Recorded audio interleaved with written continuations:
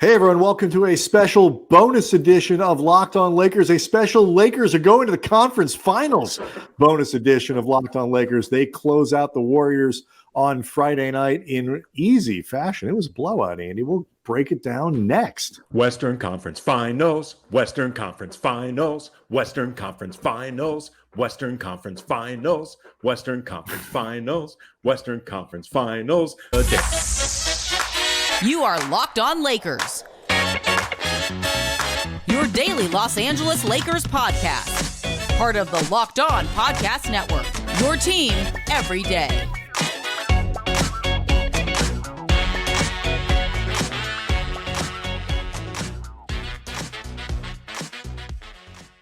Thanks to everybody for making Locked On Lakers your first listen of every day, Monday through Friday, and as you can obviously tell, Saturdays sometimes too, especially when the Lakers are going to the conference finals, Andy. It is always free, this show. It is never behind a paywall, and you can watch us with the big smiles on our faces on YouTube with about almost 17,000 other subscribers to the channel. Locked On Lakers on YouTube is where you go to see it, and we thank everybody for the support the channel is getting. Sure to grow even larger, Andy, after the Lakers really did a number in Game 6 on Golden State. They win 122-101, got out to a huge lead. Golden State fought back before halftime. Lakers pushed it out to 10 at the half and really blew it out in the second half. This was nice. No blood pressure issues. Everybody looked good. Yeah, it was a really complete team victory on both sides of the ball. And I thought from top down, and you could really see this, I think, more with LeBron than anybody else, but they all took the cues. LeBron was effing locked in for this game from the beginning. He was in very decided, serious, we are not screwing around, folks. We are ending this thing tonight. I want a few days off. Very strong 38-year-old married man with children wants to make sure he's got Mother's Day off vibes in that. No stink quarter. Eye on Sunday. No stink eye on Sunday. He's LeBron James. I get it. But he is still subject to the same issues of ruining every holiday and all this kind of stuff. The man knows the value of having no work on Mother's Day, he made that happen. But, he talked after the game about being kind of very conscious of what he could do and when and all of these things. And, this was a game where he, got into the paint consistently, used his physical strength incredibly well, and the efficiency was fantastic. 30 points, 10 of 14 from the floor, 8 of 11 from the field, and orchestrating, I thought, early in the game, not just his own offense, but the flow for the Lakers in ways that he hasn't quite done as much in this series. Darvin talked about after the game that was something they were really looking to do. They beyond the efficiency that they thought would come from it offensively, and it also involved an adjustment that we'll get into that Darvin made with the starting lineup.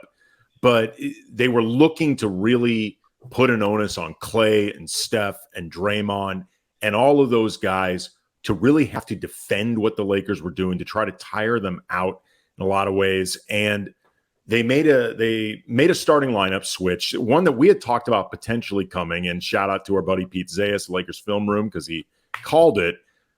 Jared Vanderbilt to the bench and Dennis Schroeder starting. And it made it so you had 5 Lakers now with Schroeder, D'Lo, Reaves, LeBron, AD.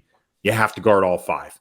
Mm-hmm. And you could see from the beginning the difference it made in terms of the lane opening up. Like early on, like in the first 5 minutes of this game, you had multiple post-ups from LeBron, from AD, from D'Angelo Russell. Like it made just this world right because it's not like Vanderbilt. It's not as if Vanderbilt himself is clogging up the lane or something like that. But the man who's guarding him can sag off so far, and it's often Steph, by the way, in terms of trying to tire him out on both ends. You have to guard Dennis Schroeder, right? And so, smart move. And it changed the kind of the energy at the beginning of the game. Vanderbilt had not been playing a whole lot anyway. So in terms of filling up the minutes in the rotation, it didn't cost them much. Vanderbilt had played 10 minutes in the previous two games, each of the previous two games. But it's still a really smart move, like I said, and it was done for the reasons that we mentioned as making it a possibility of why it would make sense coming in. Yeah, and we've now got a few days before the next series begins on Tuesday. So a lot of time to both think about what happened and also what lies ahead against Denver.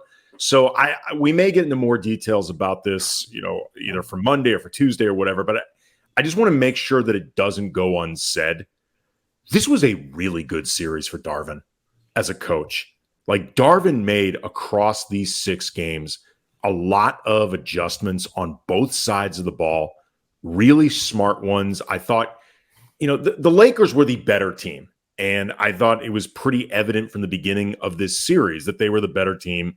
I've said a few times that Golden State has not looked the part to me all year, and I think a lot of people have been just afraid to predict against them because they don't want to look like the idiot who counted out the champs, never underestimate the heart of a lion or whatever. But at the same time, you're still going up against Steve Kerr, who's a great tactician. You're going up against Steph. You're going up against Clay, Draymond, a lot of experience and a lot of, just creative, smart players who, Darvin said after the game, they make you work a lot off the court as well as on. And I thought this was a really, really strong series for Darvin Ham, the coach, as well as the Lakers, the players. I really did. Completely. And it was a good series for Austin Reaves, who had a really, bounced back as the series went on. Had a great game 6, 4 or 5 from 3-point range, 23 points overall. Got to the line again. Assist to turnover ratio was solid again. D'Angelo, 19 points. This is basically everybody who played did something useful.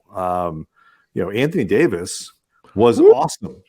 He didn't lead the team in scoring, as we thought he might be, given everything surrounding this game 6. 4th leading scorer on the team for the Lakers Friday night. But if you wanted to sit here and tell me that he was the best player on the floor for the Lakers, I am not going to debate the point. I mean, he was 20 rebounds, another 20 rebound game. Absolutely control the flow of play defensively. And the reasons the Warriors were struggling to score so much, 38% from the floor, is because of the wrecking crew defense that Anthony Davis is doing. And he was easily the most important player in the series for the Lakers. Won a lot of jumpers because they were afraid of AD in the lane. And to your point, the Lakers won this series by NBA playoffs standards. They won this series relatively easily. Yeah. Game 1 was, a close game, but the Lakers, I think, controlled that certainly down the stretch of that game. The game 3 that they won was a total blowout. The only one that was a true grind, like a death march of some sort, was game 4. But this one that they won was not bad. And they were clearly better. So, as you're looking forward to Denver, and we'll save a lot of this for, preview and all that kind of stuff. But as you start to look forward, Denver's a good team. Denver's saying really it right good. Now. They are. Are you asking me as like a Laker fan or like a basketball analyst who is going to be favored, who ought to be favored in this series? I've already seen it. Right. Denver is slightly favored right now. The early line, slightly. And they should be. Denver should be favored in this series. Yeah. But if you're trying to just, if you want to think like, can the Lakers win? Oh yeah, they can. And I mentioned this before during the, I was somewhere halfway between, into this series, Andy. At some point, you just got to look at the Lakers and say, you know what? When Anthony Davis and LeBron James are healthy and have a reasonable team around them, they are really hard to beat in the playoffs because it hasn't happened yet. Nobody's managed to do it. And so can the Lakers win that? Yes, they absolutely 100% can. And you don't even have to squint to see it because nobody has beaten LeBron and AD healthy in the playoffs yet. Nobody. Yeah. I mean, and my feeling, I think they would have won the Phoenix series that year, 2 seasons ago or whatever it was, if Anthony Davis didn't get hurt. And here's what makes this really fascinating. I hadn't thought about this before, but this Denver team that they're going to face that you and I both think is very good, and we both have been saying all season while a lot of people have been detracting from Best them. Team in the conference. I think actually the debate over Jokic and whether or not he's worthy of a third straight MVP, and I don't want to get into the whole thing. It doesn't matter, especially now that we know it's done. It's like a lot of MVP debates. A lot of it's just kind of silly. But I didn't think, look at the math, by the way. Mark Jackson forgetting to put him on his ballot, that didn't swing it, did it? No, it absolutely did not. Okay, good. I mean, at worst, it would have, I believe, no, did not. Okay, I just wanted to double because the only person who I think it's a sliding scale on any given day. The answer could be either one of us. The only person who hates awards season and like the debate over first, second, third, fourth, like more than you might be me. Or on any given day, the only person who hates it more than me might be you. I made the joke to you the other day, like, aside from like the racism and misogyny that is on like Twitter constantly these days, the third worst thing about Twitter is NBA award season Twitter. It is awful and I hate it. Yeah. But I'm glad for Mark Jackson in that regard. What I was going to say though, and he has said that it was an honest mistake. He didn't mean to do it. He just messed it up. But anyway, I think a lot of the debate over Jokic's worthiness, which, the way this stuff always works now, a debate over one person's worthiness has to be just ripping the crap out of the other person and reducing that the other choice to just the worst basketball player on the planet. I think Jokic got caught up in that in a way that led to people detracting from Denver in general and just looking for reasons that Denver isn't real. And yes, the last couple of years, they haven't done well in the playoffs. They've also been missing Jamal Murray, Michael Porter Jr., or Jamal Murray and Michael Porter Jr. Yep. But this whole spiel of mine is leading up to something that just dawned on me. The only team that has beaten Jokic, Murray, and Porter in the playoffs is actually the LeBron AD Lakers. Yeah. So that makes this really, Murray really get hurt though that year, or was he healthy the whole series? I think he was healthy the whole series. I thought Murray got hurt, but I don't know. I don't remember. But you're right. I mean, look, I remember they won. It just when Anthony Davis is playing, retract this whole thing, but I believe or just that one portion. The Lakers, when Anthony Davis is playing like this, can beat anyone. Because what he's doing, I have not. I got kids. I got jobs. I don't watch every playoff basketball game. No, I am correct. He did play in the playoffs. I thought I didn't remember. I don't watch every other. I don't watch every game of every series of every this. I'm not that kind of a junkie on this stuff. But if you want to tell me somebody's played as well as Anthony Davis throughout these first 2 rounds of the playoffs, okay, fine. If you want to tell me somebody's played one better, of them maybe Jokic, actually. Maybe, right. Okay. But but has anyone been better? I don't know. Maybe Jokic, maybe not. But like what Anthony Davis is doing gives the Lakers the capability of beating anybody, because while Jokic, I know he's, I think it was 35-10 in the Phoenix series. That's pretty good. But he's not a monster. He's not the defender that AD is. No, he's not. So then I don't think he's not like a trash defender like some people, but he's not Anthony Davis. No. And so on both sides of the ball, the impact on both sides of the ball And then, LeBron is LeBron, as he showed in Game 6. He can still very much be LeBron. Austin Reaves and D'Angelo, this is a really good team right now. Is. And, again, should Denver be favored? I think so. I think that's fair. But they have home court. It's a hard place to play. And nobody's beaten LeBron and AD yet. Nope. Hasn't happened yet. When those guys are healthy, it has not happened yet.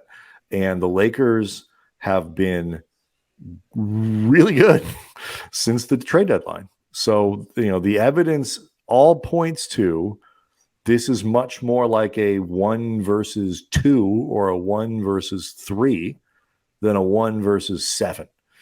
And I am excited. Because Western Conference Finals. It's just good Western Conference Finals. We're the only two people that are like December, January. We're like, look, everybody relax. It's gonna be fine. You're gonna be in the conference finals. It'll be okay. Yeah. And that's why we are the smartest people in the podcasting world. Locked On Lakers on YouTube is where you can go to see the show and hang out with a great crowd of people who will all be celebrating the advancement to the Western Conference Finals for the first time since the Lakers won a title a couple of seasons ago against Denver. Yeah, or into the Western Conference to get to right. Same deal. It's a reprise. Andy, they could the whole thing could play out just like the bubble, except not in a bubble because they got Denver in the Western Conference Finals and Miami eliminated New York on Friday as well. So they've got a chance to get through. I'm excited. And the only thing that, Andy, that could make me more excited than I am right now is to hear about car parts that I can buy on the internet. Wow, this is the show for you because Locked On Lakers is brought to you by eBay Motors. And for a championship team, it's about making sure every player is a perfect fit. Perhaps like on these Lakers. And it's the same when it comes to your vehicle. Every part needs to fit just right. And the next time you need parts and accessories, head to eBay Motors. With eBay Guaranteed Fit, you can make sure every part fits just right the first time around. Just add your ride to My Garage and look for the green check to know the part will fit or your money is back. And just like in sports, confidence is the name of the game when you shop on eBay Motors. And with over 122 million parts to choose from, you will be back in the game in no time. After all, it's easy to bring home a win when the right parts are guaranteed. So get the right parts, the right fit, and the right prices on ebaymotors.com. Let's ride. Eligible items only. Exclusions apply. Locked On Lakers will, of course, return on Monday. Hope everybody has a great Mother's Day. We will. If you've got somebody in your life who is a mother, or a mother somewhere, give them a hug, give them a call, do something nice. And we'll see everybody Monday.